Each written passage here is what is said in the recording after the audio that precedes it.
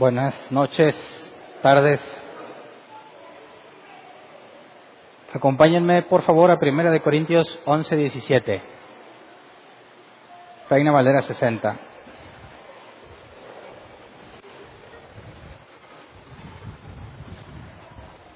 El domingo estudiamos el capítulo 11, hoy también la parte que nos faltó. Versión 60 dice: pero al anunciaros esto que sigue, no os alabo, porque no os congregáis para lo mejor, sino para lo peor. Lo puse en la Reina Valera 60 porque de aquí saqué el tema congregados para lo peor. En la NBI no quedaba, así que por eso lo puse en la 60. Congregados para lo peor. Quiero empezar con una pregunta que yo tuve que responderme hace años, hace más de 5 años, 8 aproximadamente. ¿A Dios le agrada que nos congreguemos? Mi respuesta es, claro que le agrada que nos congreguemos.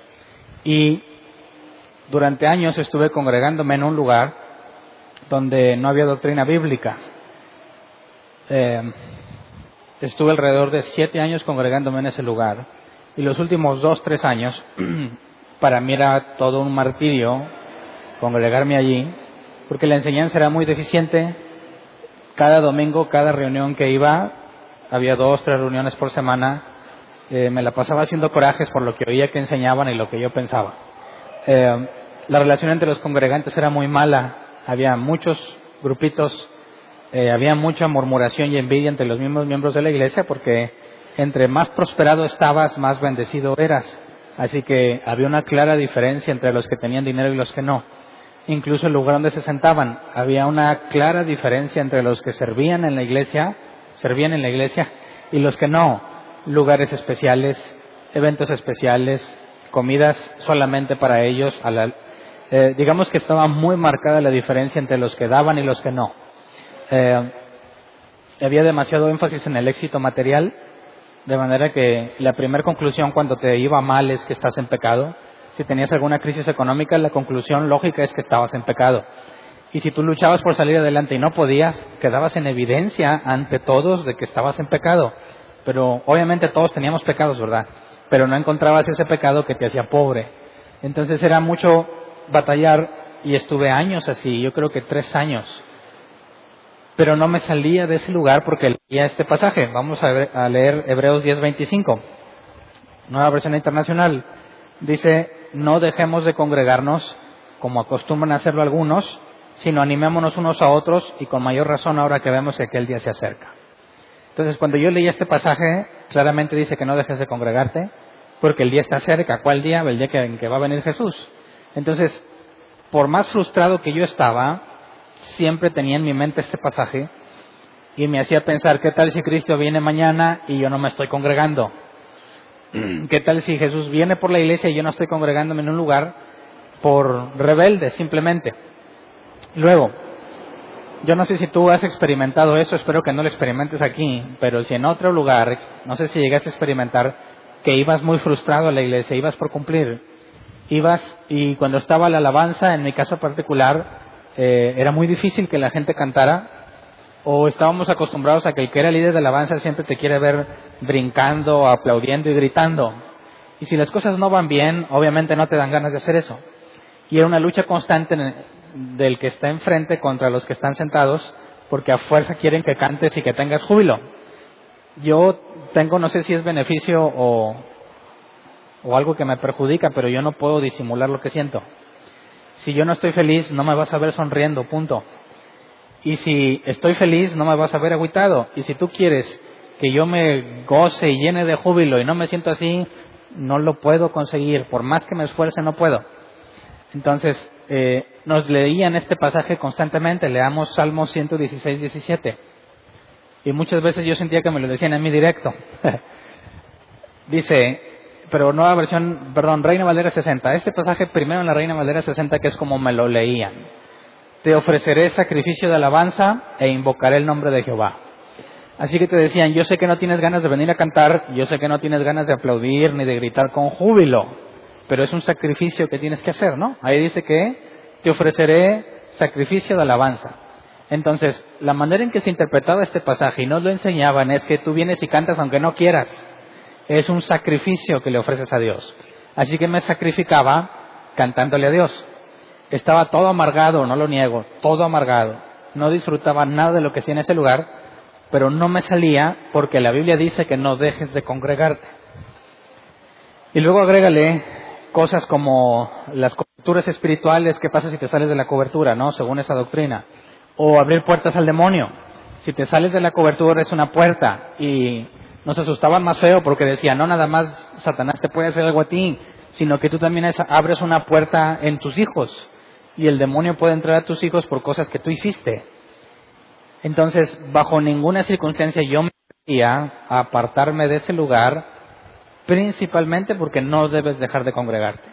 Por eso el nombre del tema es Congregados para lo Peor, porque Pablo hace un énfasis particular en lo destructivo que eran las reuniones de la iglesia de Corinto. El hecho de congregarte no es algo que agrade a Dios por el simple hecho de congregarte, sino que tiene que ver completamente qué haces cuando te congregas. Entonces, 2, 3 años luchando conmigo mismo, luchando con mi esposa porque ella tenía más dominio propio que yo. Ella se podía controlar y decir, no, pues mira, a mí no me va a afectar. Si enseñan cosas malas, yo agarro lo bueno, desecho lo malo. Pero yo no estaba en paz. Así que realmente el que estaba sufriendo era yo, no tanto ella. Y en ese tiempo deseaba ser como ella, poder dominarme y continuar mi vida, pero ahora que han pasado muchos años entiendo por qué no podía estar en paz. Pero siempre había un temor a atreverte a dejar una congregación, porque las cosas que tú ves que ahí están mal, obviamente están mal. Mucha gente piensa que está mal, pero nadie tiene el valor ni de confrontarlo ni de dejar la congregación. Entonces, es interesante ver cómo Pablo regaña a los corintios, y leamos el pasaje inicial, pero en la Nueva Versión Internacional. Dice, al darle las siguientes instrucciones, no puedo elogiarlos, ya que sus reuniones traen más perjuicio que beneficio.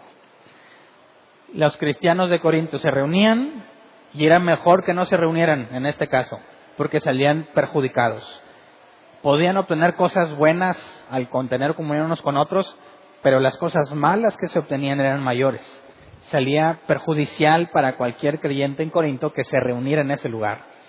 Porque, dice el versículo 18, en primer lugar, oigo decir que cuando se reúnen como iglesia hay divisiones entre ustedes, y hasta cierto punto lo creo. ¿Se acuerdan que Pablo ya había dicho quiénes eran los informantes, verdad? Y que lo que había escuchado lo estaba usando como una base para regañar y corregir a los corintios. Y aquí dice Pablo que esto lo cree hasta cierto punto, no totalmente, pero lo cree. Hay divisiones entre ustedes. Y la palabra aquí, divisiones, es el griego schisma, que se traduce como división o rasgadura. Entonces Pablo le dice a la iglesia de Corinto, cuando ustedes se reúnen, hay divisiones entre ustedes. Y cuando yo salí del lugar donde me congregaba, una cosa que nunca voy a olvidar es que me dijeron, estás provocando divisiones en la iglesia. Y es verdad, la iglesia tuvo divisiones. Ahora cuando predicamos de la Biblia, me dicen todavía lo mismo, estás provocando divisiones en la iglesia. Y me ha tocado que me comentan o me escriben en las redes sociales que debido a enseñanzas que han escuchado en este lugar, ya sea por audio o por video, ha provocado problemas en distintas congregaciones cuando las personas preguntan a sus líderes sobre lo que estamos enseñando bíblicamente y empiezan a tener problemas. Y algunos hasta aconsejan que ya no nos escuchen porque los metemos en problemas, porque generamos división. Y no lo niego, es cierto. Cuando tú predicas de la Biblia y una congregación que no tiene doctrina bíblica escucha esa doctrina, va a provocar división entre aquellos que quieran ser bíblicos y los que no. Aquellos que quieren seguir siendo fieles a la enseñanza que recibieron, simplemente van a ignorar lo que se escucha, pero aquellos que sienten algo adentro y se mueven a preguntar y a pedir bases bíblicas en lo que la congregación en donde están hacen, empiezan a crearles conflictos. Así que se supone que no debes de causar divisiones, ¿no? Pablo le está diciendo a los corintios, hay divisiones entre ustedes. Eso está mal. No debiese haber divisiones entre ustedes. Entonces, fue un tiempo muy difícil en mi experiencia personal, no sé si a ti te ha pasado, cuando yo confronté a los líderes en la iglesia que me congregaba, se empezaron a generar divisiones. Y cuando te encuentras con este tipo de pasajes, yo en lo particular me puse nervioso porque no estaba 100% seguro de lo que hacía. Nunca lo había hecho. Y al momento de hacerlo, y te dicen, ahí claramente Pablo enseña que no debe de haber divisiones entre nosotros, y tú eres alguien que provoca la división, se siente miedo, se siente feo. Sientes inseguridad e incertidumbre, porque tú estás hablando lo que crees que es correcto según la Biblia, pero a los ojos de quien le hablas, estás provocando divisiones en la congregación.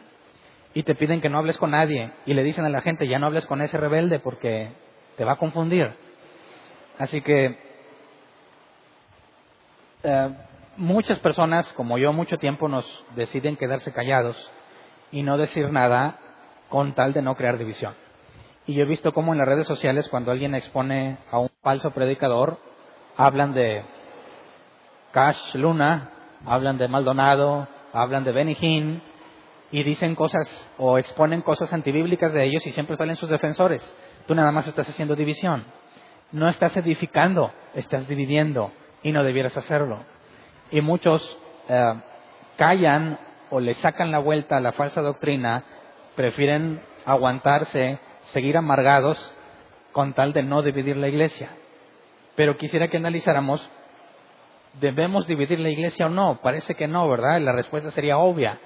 No debieras de dividir la iglesia, pero habría que definir qué es iglesia. ¿A qué le llamas iglesia tú? ¿A un conjunto de personas que se reúnen en un lugar? ¿Eso es una iglesia? ¿O estás hablando de la eclesia bíblica, la asamblea de aquellos que fueron apartados del mundo? Para poder ser iglesia de Jesucristo, no basta con ser un grupo de personas que se apartan, sino que tienes que estar apartado para Dios. Así que para poder entrar en la definición de una iglesia desde el punto de vista bíblico, la iglesia sería un grupo de personas apartadas del mundo que le sirven a Dios, que buscan a Dios, que viven sus vidas de acuerdo a lo que Dios ha dicho. Si tú tienes un grupo de personas cuya doctrina no es bíblica, entran en la definición de iglesia según el Nuevo Testamento, podrán ser una iglesia de algo, pero no la iglesia de Jesús. Así que cuando Pablo habla sobre las divisiones, está hablando sobre quien debería ser la iglesia de Jesús no debe estar dividido. Pero leamos el pasaje que sigue, el versículo 19. Dice, sin duda, tiene que haber grupos sectarios entre ustedes para que se demuestre quiénes cuentan con la aprobación de Dios. Leamos en la versión 60. Dice, porque es preciso que entre vosotros haya disensiones para que se hagan manifiestos entre vosotros los que son aprobados.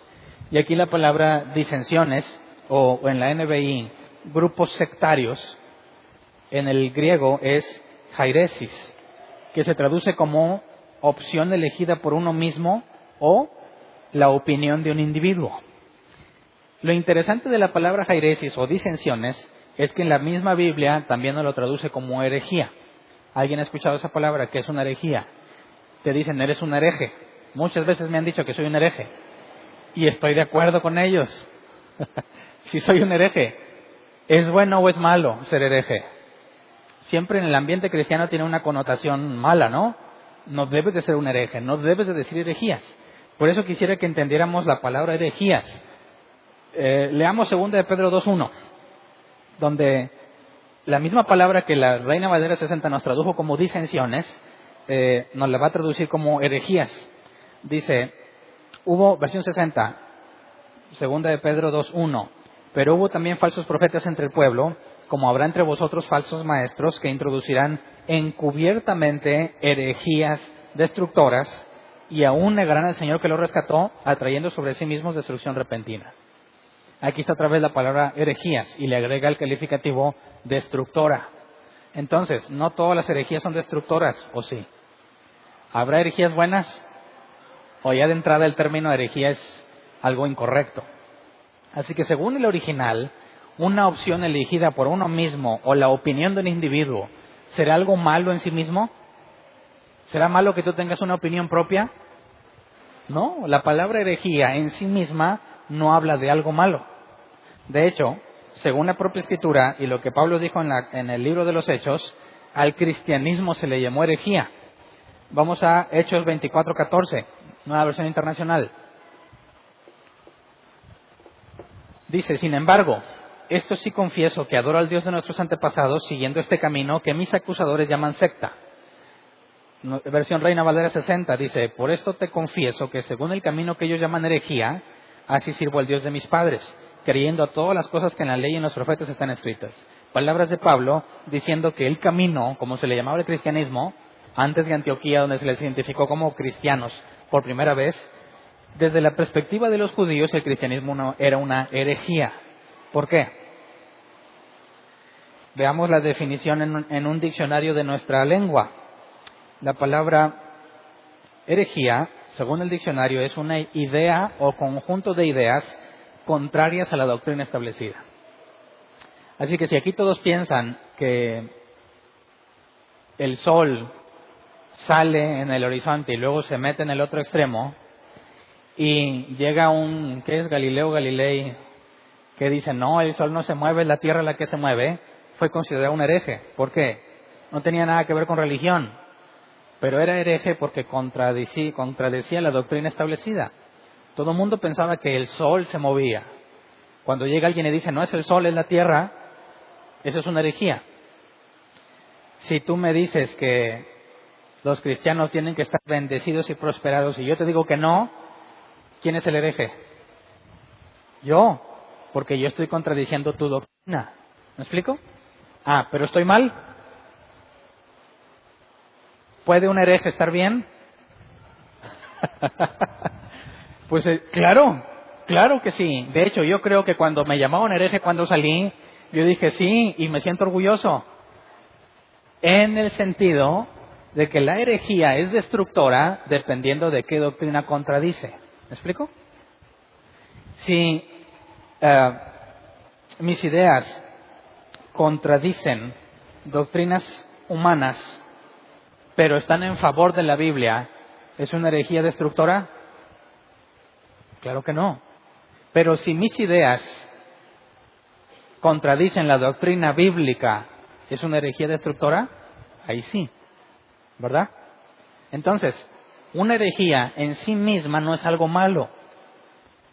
¿Qué es lo que contradices? Determina si es destructora o no. Así que por eso Pablo dice, desde la perspectiva de los judíos, el cristianismo era herejía, porque iba en contra de lo establecido por los propios sabios, porque ni siquiera eran bíblicos los judíos de aquel tiempo ni los de ahora, son talmúdicos. El Talmud tiene, creo yo, más prioridad que la Biblia para ellos, porque ellos aseguran que si no tienes el Talmud, nunca interpretarás correctamente la Biblia. Por eso critican al cristiano, porque no tenemos el Talmud. ¿Qué es el Talmud? El conjunto de tradiciones que tenían ellos, las cuales Jesús criticó duramente, doctrinas de hombres. No son cosas establecidas en la Biblia, son interpretaciones de la Biblia por parte de los sabios judíos. Así que ellos dicen que si tú no tienes el Talmud, es imposible que interpretes correctamente la Biblia, poniendo por encima el Talmud. Cuando Pablo enseñaba sobre Jesús como Mesías, era un hereje. ¿Por qué? Porque contradecía a los sabios. Pero, ¿era malo Pablo? La herejía de Pablo era destructora, todo lo contrario. Entonces, quisiera que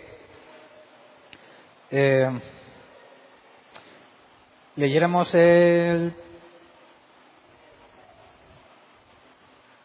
versículo Hechos 2:42. Dice, nueva versión internacional, por favor, dice, se mantenían firmes en la enseñanza de los apóstoles, en la comunión, en el partimiento del pan y en la oración. Hablando de los recién convertidos, ¿verdad? Todos los que recién se convertían y se agregaban a la iglesia, esto es lo que hacían. Se mantenían firmes en la enseñanza de los apóstoles. En la comunión, el partimiento del pan y la oración es parte de la comunión. Entonces son dos grandes rasgos, la doctrina y la relación unos con otros. En eso se enfocaba la iglesia primitiva. La iglesia de Jesús, ¿en qué se debe enfocar? Exactamente en lo mismo. Ok, ahora, cuando Pedro habla de que se introducirán herejías destructoras, esa herejía destructora, por el propio significado y la definición, Son cosas que contradicen la doctrina de los apóstoles. La doctrina de los apóstoles es lo que Jesús les mandó enseñar. Así que la doctrina de los apóstoles es la enseñanza de Jesús. Todo aquel que se separaba con una opinión propia que no concuerda o es en contra de lo que enseña la Biblia, es considerado un hereje, cuya herejía es destructora, porque no te acerca a Dios, sino te aleja de Él. ¿Ok? Quisiera que leyéramos una definición de Ireneo. ¿Alguien ha leído algo sobre Ireneo? ¿O San Ireneo? ¿No? Ireneo se dice que era discípulo de Policarpo, y Policarpo era discípulo del apóstol Juan. O sea que históricamente tenemos a alguien muy cercano a Juan, que se opuso mucho a las doctrinas de aquel entonces, que era el gnosticismo. ¿Alguien ha oído sobre los gnósticos? ¿Alguien fue a alguna reunión de gnósticos? ¿Nadie aquí? Bueno, para ellos la carne el cuerpo es malo, y Jesús nunca pudo haber tenido un cuerpo humano porque el cuerpo humano es malo. Así que Jesús fue crucificado, pero no en carne, sino en algo que parecía, en una visión especial, que no era un cuerpo realmente, sino algo que parecía cuerpo. Y para ellos, tú eres intrínsecamente bueno. Tú eres bueno, el problema es tu cuerpo. Por consecuencia, no tienes que nacer de nuevo. Así que la doctrina de los gnósticos, aunque dicen que creen en Dios, se aparta en mucho de lo que la Biblia enseña. Ireneo escribió esto, dice: de hecho, el error nunca es establecido en su deformidad desnuda, no sea que siendo expuesto pueda ser detectado de una vez, sino que es vestido hábilmente como atractivo en su forma externa, para hacerlo parecer al inexperto, tan ridículo como la expresión pareciera, más verdadero que la verdad misma. Entonces Ireneo dice, y es una definición, que cuando alguien te habla de herejías destructoras como las que Pedro advierte, no es algo tan obvio, es algo sutil, y te tratan de convencer de que es verdaderamente auténtico, aún más que la verdad misma. Por eso dice eso. Te enseñan cosas que parecen ciertas, que parecen lógicas, pero contradicen lo que Jesús enseñó, contradice la enseñanza de los apóstoles. Entonces, ¿debiésemos hacer divisiones o no? Vuelvo a preguntar. ¿Qué pasa cuando alguien tiene una idea contraria a la doctrina establecida? ¿Debe de aguantarse con el fin de no provocar división o debe buscar la confrontación para que haya una división? ¿Qué opinas? ¿Qué harías tú? ¿Divides o no divides? Leamos 1 de Corintios 11, 20 al 22.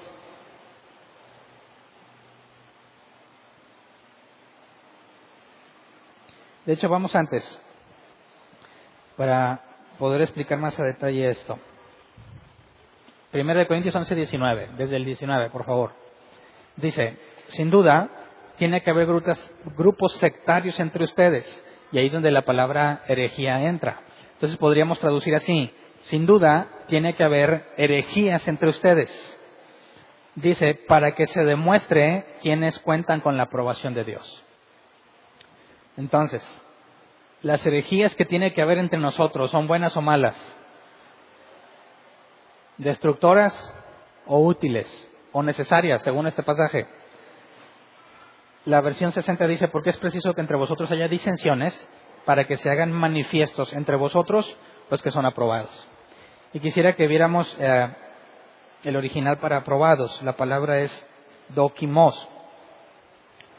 Y se traduce como aprobado, que pasa la prueba porque es genuino. Entonces Pablo de entrada dice, para que se manifiesten los que son aprobados, está dejando en claro que no todos en una congregación son aprobados, ¿verdad? Cuando habla a la congregación o a la iglesia de Corintio, Pablo en ningún momento asegura que todos los que se congregan ahí son salvos. En ningún momento asegura que todos son aprobados. Y dice, es necesario que haya herejías entre ustedes, personas con opiniones propias que contradicen una doctrina, para que se manifieste. La palabra manifieste es faneros, que se traduce como hacer visible, poner en manifiesto o hacer obvio. Entonces, las opiniones individuales de cada uno, las herejías que contradicen alguna doctrina, según Pablo, son necesarias en la iglesia para que se vuelva evidente quiénes son los genuinos y quiénes no. ¿Me explico? Entonces dice, hay divisiones entre ustedes y lo creo en parte, pero es necesario que haya herejías entre ustedes para que quede manifiesto quiénes son genuinos, quiénes son los aprobados. Entonces, cuando se reúnen en una congregación y no hay doctrina bíblica, pero buscan la unidad, ¿qué tipo de cosas vas a encontrar en ese lugar? La gente va y se congrega. Imagínate que aquí no hiciéramos tanto énfasis en la doctrina y decimos, lo importante es que estemos unidos y que nos amemos. No juzgues el trabajo de otro, tú deja que Dios juzgue las cosas. Y no te metas, ¿verdad? Si alguien tiene una opinión distinta que obviamente contradice la Biblia, tú respeta. Tú deja que Dios sea quien juzgue, como me decían a mí en aquel entonces. ¿Qué clase de situaciones vas a encontrar en una iglesia que no se enfoca en dejar manifiesto quiénes son genuinos y quién no? Ahora sí vamos a versículo 20 al 22. Dice, de hecho, cuando se reúnen ya no es para comer la cena del Señor, porque cada uno se adelanta a comer su propia cena, de manera que unos se quedan con hambre mientras otros se emborrachan. ¿Acaso no tienen casas donde comer y beber? ¿O es que menosprecian a la iglesia de Dios y quieren avergonzar a los que no tienen nada? ¿Qué les diré? ¿Voy a elogiarlos por esto? Claro que no. Ahora, ¿qué clase de congregantes tenía Corinto que se emborrachaban en la mesa del Señor? ¿Eran todos creyentes genuinos? Claro que no, claro que no. Un creyente genuino, aunque tome vino, como en el caso de los corintios, no podría o no debería llevar a embriagarse, al estado de embriaguez, donde pierde completamente el control de sí mismo. ¿Qué clase de personas se reunían en Corinto? Que los que llevaban buena comida no la compartían con los que llevaban una comida de menor calidad. Le hacían el feo a la comida según su calidad. Y a la de mayor calidad, esa sí la consumían entre ellos, pero no querían la de menor calidad.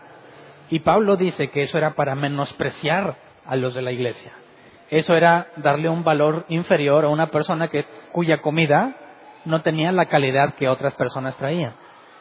Entonces, cuando los corintios hacen énfasis en qué tipo de comida comen, qué tipo de comida trajiste, en lugar de ver la intención en la persona, en lugar de ver la situación de la persona, que si trajo puros taquitos de huevo, no por menospreciarlos, sino porque yo ya he oído que eso para ciertas personas eso es poca calidad. Si alguien trajo taquitos de huevo, dices, no, yo no voy a querer tacos, tráeme otra cosa, pizza, pollo, no sé, carne asada o una barbacoa. ¿Por qué me traes cosas de baja calidad? Alto, alto, alto, alto. Eso es lo que los corintios estaban haciendo. Empezaban a poner etiqueta a las personas y hacer una división entre los que tienen calidad y los que no. Y como no querían juntarse o comer cosas de baja calidad, no esperaban a que llegaran todos. Llegaban primero y se comían lo que ellos consideraban que era lo mejor. Y lo voy a decir, aunque está en video, pero que sirva de ejemplo para otros. Cuando empezamos con la mesa del Señor a poner eso en práctica, bíblicamente hablando, tuvimos ese problema entre nosotros. Había personas que poníamos un buffet, no sé quién se acuerda de las primeras mesas del Señor que empezamos a celebrar.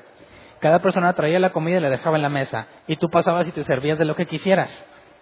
¿Qué pasaba con la comida de algunos que consideraban de baja calidad? Nadie la comía. Nadie la comía. Todos se enfocaban en lo que más calidad tenía. ¿Qué crees que habrá sentido la persona que trajo, por volver al ejemplo de los tacos, lo puso en la mesa, tiene su vasija, o puso su cacerola, y a la hora de recoger la cacerola se encuentra que está casi completamente lleno? Pero voltea a ver los que trajeron barbacoa, no hay. Voltea a ver los que trajeron pizza, no hay. ¿Qué habrá sentido la persona que le dejaron toda la comida en la cacerola? ¿Se habrá sentido menospreciada? Claro. ¿Qué clase de cristiano es esa diferencia? Que no piensa en lo que va a sentir el otro y le hace el feo porque él quiere comer lo mejor, aunque no necesariamente él trajo lo mejor. ¿Qué clase de creyente hace eso? Es lo que está diciendo Pablo. Cuando se reúnen para lo peor. Porque el beneficio que se pudo haber adquirido al convivir se echa a perder cuando hacen esa división entre la calidad de la comida.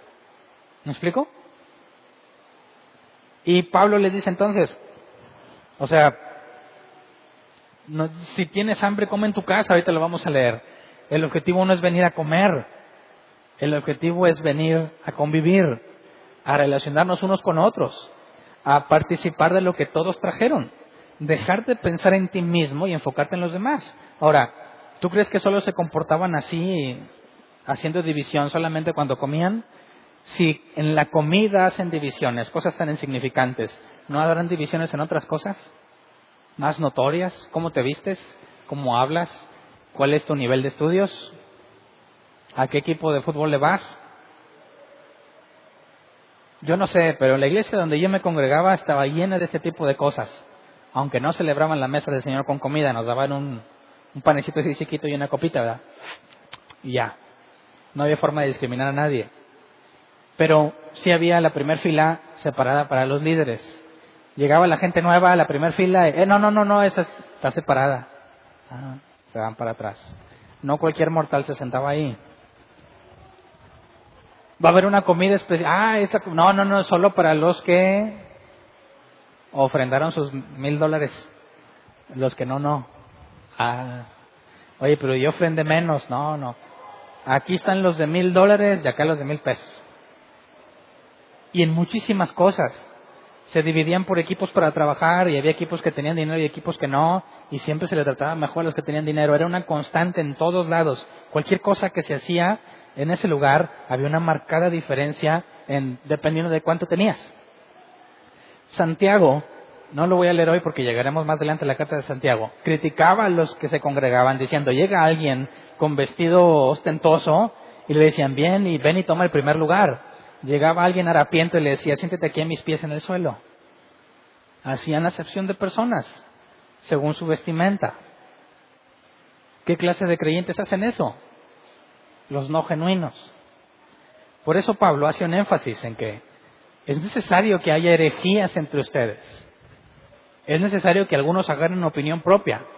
Y hay otros que también van a agarrar la suya, pero cuando lo comparemos a la luz de la Escritura, determinaremos cuáles son las herejías destructoras, ¿verdad? Pero si nunca se confronta eso, ¿qué pasaría en una congregación donde nunca se confronta tu punto de vista particular? ¿Qué opinas tú de la Biblia? No, pues yo opino así. Bueno, lo importante es lo que Dios te dijo a ti. Tú interprétala como tú quieras. Para mí es una cosa, para ti es otra. Pero lo importante es que nos amemos. Bueno, cuando no se hace un énfasis en marcar una división entre quién es genuino y quién no, este tipo de comportamientos va a ser muy común. ¿Por qué? ¿En qué se manifiesta? La relación entre creyentes pone en evidencia quién eres.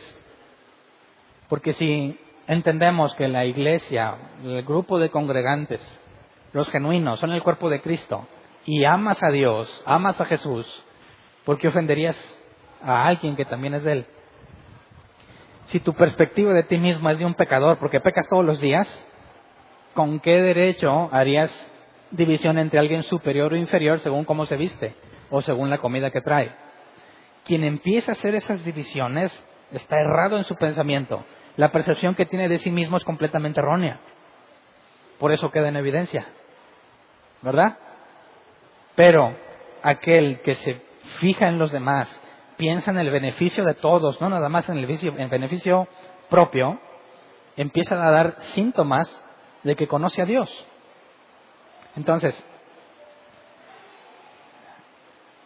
cuando yo me decía, bueno,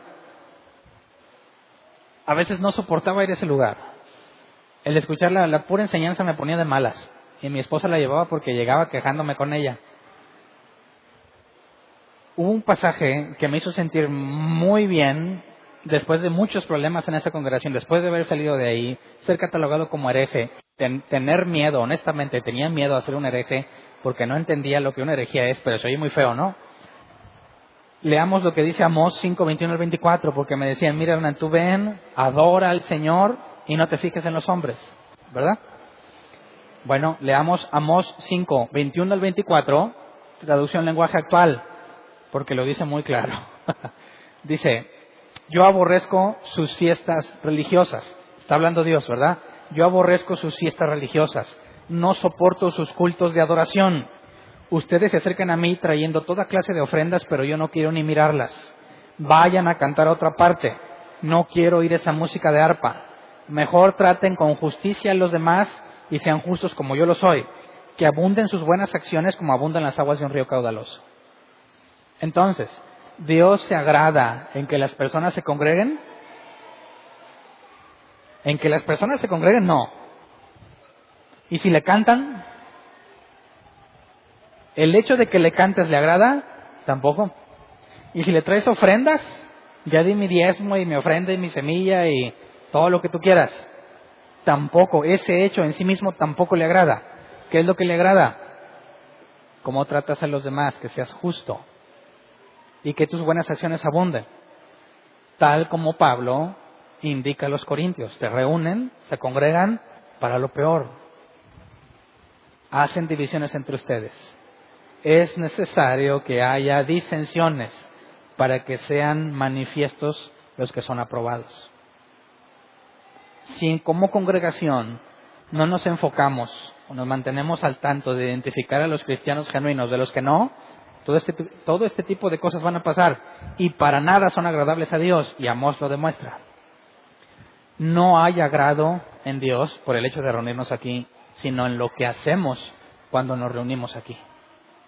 Así que yo a veces, desde mi perspectiva como pastor a cargo de la enseñanza, yo a veces me deleito en la idea de que entre nosotros todos son genuinos. Pero luego lucho contra mí mismo, no puedo engañarme. Yo estoy seguro que cualquier pastor desearía que en su iglesia no haya divisiones, pero quien piensa así lo hace en ignorancia, porque es necesario que haya divisiones para que se manifieste quién es quién. Así que una iglesia que nunca se confronta en cuestiones doctrinales no es una iglesia sana. Todo lo contrario, es una iglesia corrupta, porque están mezclados los genuinos y los falsos. Y el comportamiento que sale a relucir siempre va a ser el de los falsos, como Pablo describe a los corintios. Aquellos que son genuinos van a aguantar la ofrenda, van a ser despreciados, van a aguantar la afrenta, van a ser despreciados, quizás no se meten en problemas, también por ignorantes, como yo estaba, en lugar de confrontar la situación y dejar en manifiesto quién es quién. Y como dicen, antes de pensar que estás tonto, asegúrate que no estás rodeado de tontos, ¿verdad? Porque si tenemos a un inteligente entre puros tontos y trata de encontrar en los tontos evidencia de que es inteligente, nunca la va a encontrar. Primero tienes que asegurar que estés en un lugar donde entienden la Biblia. Y si tú estás seguro que comprenden la Biblia, entonces puedes tratar de corroborar si mi opinión se adapta a la Biblia o no al preguntarle a los demás. Pero si no te has asegurado de lo primero y llegas a la conclusión de que el lugar donde te congregas, como yo llegué, no se adapta para nada a la enseñanza bíblica, no tienes nada que hacer ahí. Nada que hacer ahí. Ahí debería salir como un orgulloso hereje, porque contradice su doctrina que no es bíblica. Pero cuando analizas la doctrina bíblica, los herejes son ellos, no tú, porque tú estás a favor de la doctrina bíblica. Entonces no te imaginas el alivio que yo sentí cuando empecé a entender esto. El temor de vivir como un hereje desapareció por completo. Y ahora que digan, es que eres un hereje. Bueno, ¿por qué dices? Porque mira lo que dices, pero lo dice la Escritura. Sí, pero contradices a mi pastor. Ah, bueno, soy hereje a mucha honra, con mucho orgullo. ¿Quieres escuchar herejías? Escucha esta predicación, ahí hay bastantes. No me avergonzaría ser llamado hereje por contradecir la doctrina de hombres a favor de la doctrina bíblica. Pero si tu doctrina no es bíblica y te llaman hereje, necesitas arrepentirte, estudiar la Escritura, pedir misericordia a Dios y enderezar tu enseñanza para que se adapte a la Escritura. Entonces, versículo 29 al 32 dice: porque el que come y bebe sin discernir el cuerpo, come y bebe su propia condena. Fíjate, ¿qué significa esto? Si tú estás en una congregación, bueno, obviamente tú no, ¿verdad? El que me escucha por audio, por video. Si alguien está en una congregación donde no se hace énfasis en descubrir o en dejar manifiestos a los genuinos por medio de la doctrina. Dice Pablo que si tú comes y bebes sin discernir el cuerpo, haciendo alusión a lo que se celebra en la mesa del Señor, que Jesús dijo, esta es mi sangre, que era la copa, y esta es mi carne, que era el pan. Y al comer el pan y la sangre de Cristo, somos uno con Él, ¿verdad? Estamos diciendo que somos un cuerpo en Cristo. Dice Pablo, si tú comes y bebes sin discernir el cuerpo, ¿qué significa discernir el cuerpo? ¿Y cuál cuerpo, verdad? Pues el cuerpo de Cristo, es el contexto. Pero discernir es, aquí lo apunté, diakrinó, que se traduce como distinguir, juzgar, hacer distinción. Aplicaciones puede ser entre lo verdadero y lo falso. Tienes un pantalón que es un clon, dices, oye, me lo dejan en 100 pesos, pero yo los he visto en la tienda en 1500 y me aseguran que es nuevo. ¿Qué haces? ¿Le crees ciegamente o lo juzgas? Aplicar la palabra diacrino es examinar bien el pantalón para determinar si es auténtico. Bueno, si tú comes y bebes sin discernir, sin hacer una distinción en el cuerpo, ¿qué dice que pasa? Come y bebe su propia condena, te perjudica, eres condenado. ¿Por quién? Dice, por eso hay entre ustedes muchos débiles y enfermos, e incluso varios han muerto. ¿Qué tan grave es que no disciernas el cuerpo de Cristo? Obviamente no el cuerpo de Cristo, ¿verdad?, sino la iglesia. ¿Qué pasa? ¿Qué tan grave es que no hagas una distinción en el cuerpo de Cristo para saber quiénes son genuinos y quiénes son falsos? Dice, hay muchos débiles y enfermos, e incluso varios han muerto. ¿Por qué? Porque Satanás los tomó porque abrieron puertas. No, dice el versículo 31. Si nos examináramos a nosotros mismos, no se nos juzgaría. Pero si nos juzga el Señor, nos disciplina para que no seamos condenados con el mundo. Así que estaban débiles, enfermos, incluso murieron porque Dios los disciplinó. ¿Por qué los disciplinó? Porque no hicieron una distinción entre genuinos y falsos en la congregación. ¿Te das cuenta de qué tan grave es? ¿Qué tan en serio se toma Dios este asunto?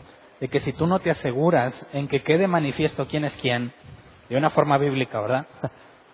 Dios te va a disciplinar para que no caigas en la condenación del mundo. Es un acto comparado a lo que el mundo hace, cuando no te aseguras de que haya una distinción entre genuinos y falsos. 1 Corintios 11, 33 al 34 dice, así que hermanos míos, cuando se reúnan para comer, espérense unos a otros. Si alguno tiene hambre, que coma en su casa, para que las reuniones de ustedes no resulten dignas de condenación. Los demás asuntos los arreglaré cuando los visite. Así que, cuando se trata de la mesa del Señor, Pablo dice, no se trata de comer. Si tienes hambre, come en tu casa para que llegues y participes de la mesa del Señor sin hambre. Y no te pongas a hacer distinción entre la comida de uno y otro. Por consecuencia, menospreciar a las personas que trajeron calidad que desde tu perspectiva que trajeron comida que desde tu perspectiva es de baja calidad. Pero el que dice, yo me espero a que lleguen todos y voy a comer de todo, porque no me enfoco en comer, sino en tener comunión con todos, tú estás participando en que queden fácilmente evidenciados aquellos que hacen una distinción. ¿Me explico? Cuando nos reunamos a la mesa del Señor, y por eso cambiamos nuestros métodos, y llegamos al punto en que dijimos, no, ya no vas a escoger qué comer, los sugieres van a repartir en las mesas, y en la mesa que te toca comes lo que está ahí. Y evitamos el problema de la discriminación. Pero era muy fácil identificar si les pones el buffet y alguien nada más agarra lo bueno. Según Pablo, queda en evidencia y está participando de la mesa del Señor sin discernir el cuerpo, sin determinarse él como genuino o falso, ni considerar a los demás quienes son genuinos y falsos en lo que hace. Así que por eso, cuando la iglesia persevera en la doctrina y en la comunión, son las dos cosas fundamentales en una congregación bíblica para determinar quién es quién. La doctrina determina la herejía, ¿verdad? Y la comunión, el ágape que debiera estar en ti. Es posible que los nuevos cometan errores, ¿verdad? Aunque normalmente los errores son de los viejos, no de los nuevos, ¿verdad? Es posible que por ignorancia digas, pues que van, mira, están los taquitos de huevo, la barbacoa y la pizza. Pues barbacoa y pizza. Y no estás haciendo las cosas con conciencia de la afectación que puedes traer hacia tu hermano que trajo los taquitos de huevo. Si realmente el Espíritu de Dios está en ti y amas a Cristo y por consecuencia a su iglesia, jamás despreciarías al que trajo taquitos. Y si ves que todos están agarrando barbacoa, me sirvo un buen de tacos para no menospreciar a este y no me quedo callado y saco a relucir ese problema. Para que toda persona que venga y haya visto ese problema también, no llegue a la conclusión de que así es, sino que quede expuesto al individuo que solo pensó en sí mismo y se comportó incorrectamente. Para que no nos congreguemos para lo peor, que realmente haya beneficio en nuestras reuniones y que no salgamos perjudicados por personas que no pasan la prueba, que no dan evidencia de ser auténticos. Entonces, yo agradezco a Dios que por su misericordia, a pesar de que no estaba seguro y estaba lleno de miedo, en aquel momento confronté la situación con todo el miedo que tenía y decidí separarme porque no se pegaba a la doctrina bíblica. Dejé que me pusieran la etiqueta de hereje y me daba miedo. Y después me di cuenta que en su misericordia, porque no es mérito mío, ya que yo salí con miedo y con inseguridad, me permite ver que la base es la Biblia. Y si estás en una congregación donde la Biblia nos enseña, ser hereje es lo mejor que puede pasarte, ¿verdad? Pero si estamos en una congregación bíblica, le llamaremos hereje al que contradice la doctrina bíblica. Y será reprendido según Mateo 18. Y si no reconoce, se llamarán testigos. Y si no reconoce, se va a decir a la iglesia. Y si sigue sin reconocer, va a ser expulsado. Para que quede en evidencia que lo que ese individuo piensa, que es lo que el griego dice, su opinión particular es de él, nada más. Y no la comparte en la congregación que se apega al fundamento bíblico. Pero eso implica estar lleno de problemas, ¿no? Problemas. Tener que estar llevando este tipo de situaciones que cualquiera evitaría. Quien realmente está interesado en ser en una iglesia bíblica no se va a quedar callado cuando vea un comportamiento indebido. Cuando alguien que se dice creyente entre nosotros hace algo indebido, no te quedes callado. Acarreas condenación para ti, en el sentido de la disciplina. Y fíjate, ¿quiénes van a ser disciplinados en una situación como la de Corinto? ¿Quiénes eran los que estaban enfermos, débiles, incluso habían muerto? ¿Los falsos o los verdaderos? ¿Quiénes? ¿Los falsos? No. A los falsos Dios dice, te entrego a tu propio razonamiento, haz lo que tú quieras. A los hijos los disciplina.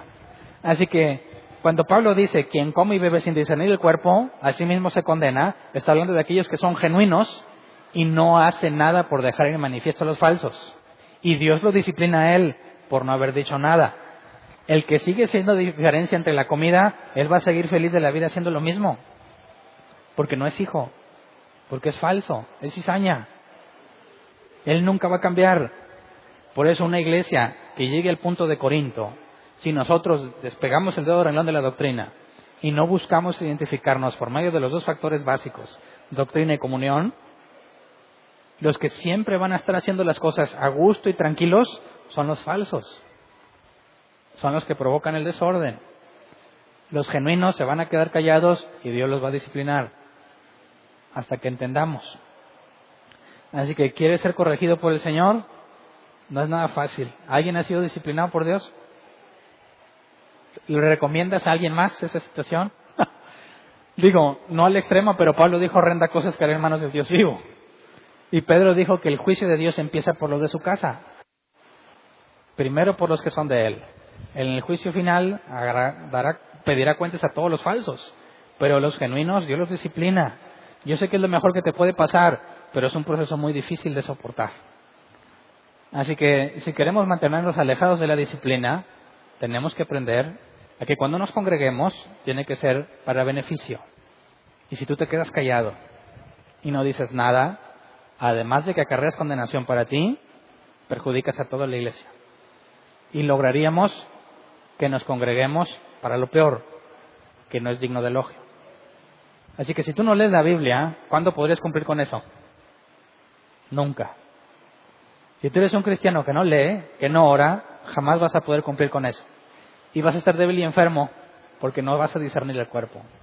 Y le van a estar echando la culpa al diablo porque como son ignorantes de la Biblia, Y Dios los quiere bendecidos y prosperados. ¿A quién le echan la culpa? Al diablo. ¿Y a quién reprenden por su enfermedad? Al diablo. ¿Y quién la mandó? Dios, para su disciplina. ¿Te das cuenta de las locuras que puede llegar uno a hacer cuando no se pone a estudiar la Escritura? Y bueno, entre esos estábamos nosotros, ¿verdad? Ciertamente. En su misericordia estamos aquí. Pero no debes confiarte. No debes de decir, estoy en una iglesia de doctrina bíblica y todos los que vienen aquí son cristianos genuinos. Créeme que lo deseo con todo el alma, pero no es cierto. No es cierto. Por eso necesitamos convivir. Algo indebido, aunque no cabe en la definición de creyente, Mateo 18:1 te dice, ve y habla con él a solas. Confronta la situación. Se involucraron más personas, ya no hables con él a solas. Ahora habla delante de las personas que se estuvieron involucrando. Sigue necio, dilo a la iglesia. Sigue necio, para afuera. Se corrige la primera, excelente. Quítale la etiqueta de hereje destructor. Dio muestras de arrepentimiento, excelente. Avanzamos como si nada hubiera pasado. ¿Me explico? Pero si nos quedamos callados y nos confiamos en que aquí lo que se hace es bíblico y dejas de juzgar, te acarreas condenación para ti mismo y para toda la congregación, en el sentido que vamos a estar haciendo tropezar a muchos cuando nos vean reunidos. Así que vamos a ponernos de pie y orémosle a Dios para que nos libre de este asunto. No caigamos en el error de los corintios. Cada vez crecemos más. Los miércoles no, ¿verdad? Los domingos sí.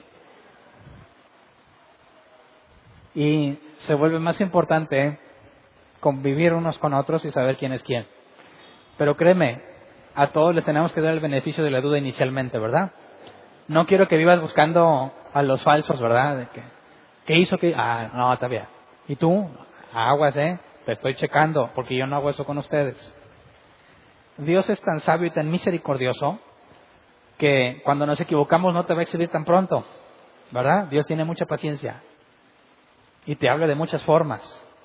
Cuando te pones muy necio es cuando se cumple lo que Jesús dijo, sacará a la luz lo que tienes escondido. Y cuando sale a la luz es porque Dios ya te tuvo un tiempo de paciencia muy considerable. Y cuando sale a la luz es porque tú ya no hiciste caso. Y es ahí cuando nos damos cuenta. Si no los estamos examinando ustedes y de repente sale muy evidente las cosas malas que estás haciendo, ¿quién te está poniendo en evidencia? Dios. Si eres su hijo, cuando se te llame la atención por esas actitudes, veremos un cambio radical. Si no eres hijo, Dios te está poniendo en evidencia, pero no para corrección. Te está poniendo en evidencia como cizaña. Para que todos los demás tomemos conciencia y sigamos el proceso que Él diseñó. Y expulsemos al inmoral entre nosotros en el peor de los casos.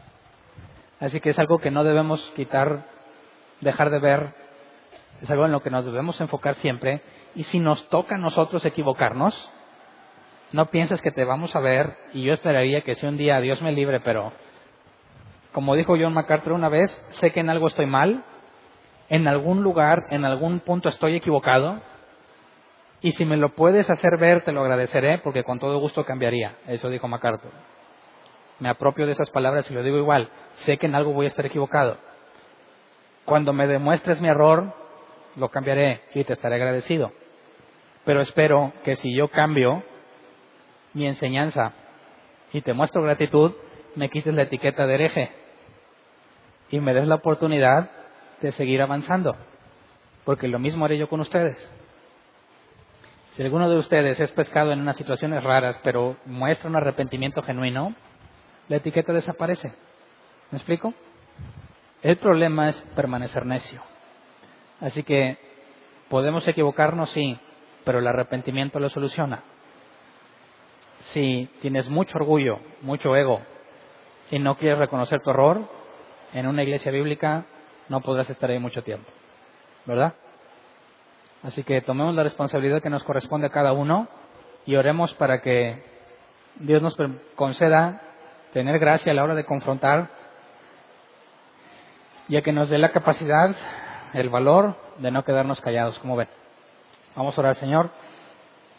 Gracias porque entre todos los que estamos aquí, parece que la mayoría estuvimos en lugares donde no se predicaba tu palabra, lugares donde encontrábamos comportamientos muy similares o peores, como los que están registrados en la carta a los Corintios, donde había mucho creyente falso y tenían el control de las actividades que hacían, y nosotros nos quedamos callados mucho tiempo. Perdónanos por habernos quedado callados debido a nuestra ignorancia y a que no conocíamos tu palabra. Perdónanos por todas esas cosas que no dijimos cuando debimos decirlas. Incluso si hay alguno entre nosotros que ha visto un comportamiento indebido entre los miembros de esta congregación y se ha quedado callado, te pedimos que le perdones y le des, según tu misericordia, la oportunidad de enmendarse, para que pueda hablar con gracia y sabiduría y confrontar al que está haciendo las cosas mal, que pueda mostrar un amor genuino por tu palabra, que si proviene de ti, Señor, y te amamos a ti, defenderíamos tu palabra con nuestras vidas. Concédenos permanecer fieles a tus enseñanzas, a la doctrina de los apóstoles que tú les encomendaste predicar. Concédenos ser imitadores de Pablo, como él imitaba a ti, imitadores tuyos, que entre nosotros podamos imitar las cosas buenas, los buenos hábitos que se adaptan a la Biblia, que se apeguen a la enseñanza bíblica, que podamos saber reconocer cuando alguien nos llame la atención o cuando alguien nos haga ver algún error. Danos la humildad que necesitamos para pedir disculpas y hacer correcciones necesarias. No importa qué puesto, responsabilidad tengamos en la congregación, concédenos permanecer humildes para reconocer que como siervos podemos equivocarnos, pero que tu palabra nunca se equivoca, Señor. Que nos equivoquemos nosotros, que interpretemos erróneamente, pero que siempre, en medio de nuestros errores, quede evidenciado que tú no mientes, que tu palabra es genuina y que nosotros, simples humanos, podemos equivocarnos y podemos errar muchas veces. Concédenos el arrepentimiento, Señor, para seguir en tus caminos, y concédenos que entre nosotros podamos discernir tu cuerpo para no caer en condenación, Señor. Que ninguno de nosotros esté enfermo o débil o muera a causa de la disciplina porque no quiere hacer la distinción entre falsos y verdaderos. Pero también concédenos hacerlo con amor, de buena forma, de una plática amena y de buen gusto, para no convertirnos en gente legalista, sino que podamos encontrar un balance entre doctrina y amor al momento de aplicarlo, Señor. Nos ponemos en tus manos, los que venimos los miércoles, los que venimos los domingos, y concédenos permanecer fieles a tu palabra. Gracias de antemano. Amén.